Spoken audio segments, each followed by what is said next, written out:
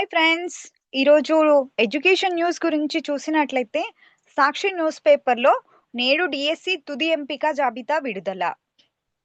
DSC 2020-25 ద్వారా ఉపాధ్యాయ పోస్టులకు ఎంపికైన అభ్యర్థుల తుది జాబితాను సోమవారం విడుదల చేయనున్నట్లు కన్వీనర్ ఎంబి కృష్ణారెడ్డి ఒక ప్రకటనలో తెలిపారు. మొత్తం పోస్టులొచ్చేసి 16,347.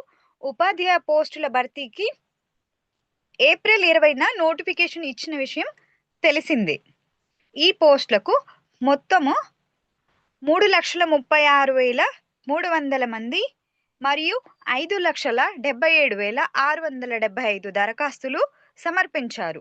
వీరికి జూన్ 6 నుంచి జూలై 2వ తేదీ వరకు సిబిటి విధానంలో ప్రతిరోజు 2 షిఫ్ట్లలో పరీక్షలు నిర్వహించి గత నెల తుది కీని విడుదల చేశారు.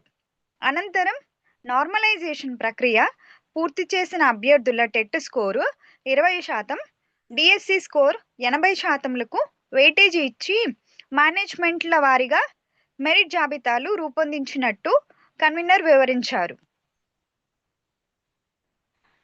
జిల్లాల వారీగా గత నెల 28 నుంచి శనివారం ఈ నెల 13 వరకు 7 దశల్లో సర్టిఫికెట్లను పరిశీలించమన్నారు. ఎంపిక పరిధిలోకి వచ్చిన అభ్యర్థుల ధృవపత్రాలను సవివరంగా పరిశీలించి మేనేజ్మెంట్ పోస్టుల వారీగా తుది ఎంపిక జాబితాను రూపొందించమని తుది జాబితాను సోమవారం విడుదల చేయనున్నట్లు స్పష్టం చేశారు. జాబితాలు జిల్లా విద్యాశాఖాధికారి కలెక్టరేట్ కార్యాలయంతో పాటు అధికారిక వెబ్సైట్లో అందుబాటులో ఉన్నాయి. ఈ కింది వెబ్సైట్ని ఫాలో అవ్వండి. ఈ రోజుటి కరెంట్ అఫైర్స్ న్యూస్ వచ్చేసి నేపాల్ తాత్కాలిక ప్రధానమంత్రిగా విశ్రాంత ప్రధాన న్యాయమూర్తి జస్టిస్ సుశీలా కర్కి నియమితులయ్యారు. ప్రధానిగా ఆమెను నియమిస్తున్నట్లు అధ్యక్షుడు రామచంద్ర పౌడేల్ 2025 సెప్టెంబర్ 12న ప్రకటించారు. అనంతరం ఆమె ప్రమాణం చేసి బాధ్యతలు చేపట్టారు. ఇంతవరకు నేపాల్కు ఒక మహిళా ప్రధానిగా లేరు. ప్రధాన న్యాయమూర్తిగా సేవలందించిన తొలి ఏకైక మహిళగాను జస్టిస్ సుశీల నిలిచారు.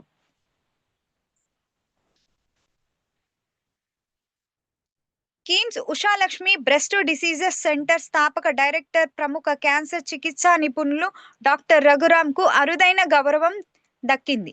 బ్రిటన్లోని Glasgow royal college of physicians and surgeon నుంచి ప్రతిష్టాత్మక గౌరవ ఫెలోషిప్కి ఎంపికయ్యారు. దక్షిణాసియాలో ఈ గౌరవం పొందిన పిన్న వయస్సు సర్జన్గా డాక్టర్ రఘురామ్ రికార్డు నెలకొల్పారు.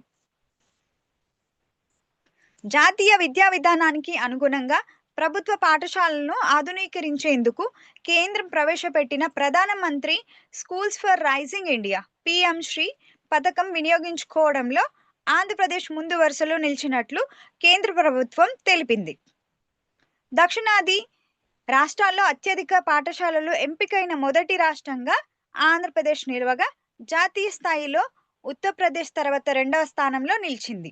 ఇందులో భాగంగా ఎంపికైన ప్రభుత్వ పాఠశాలలకు కేంద్ర ప్రభుత్వం ఆర్థిక సహాయం అందిస్తుంది.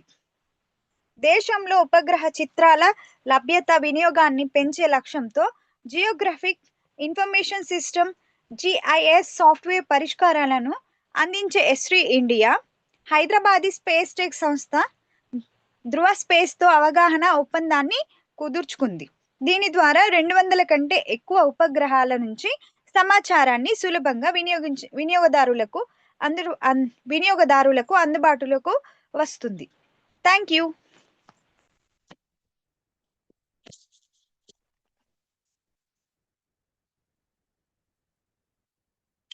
అమ్మా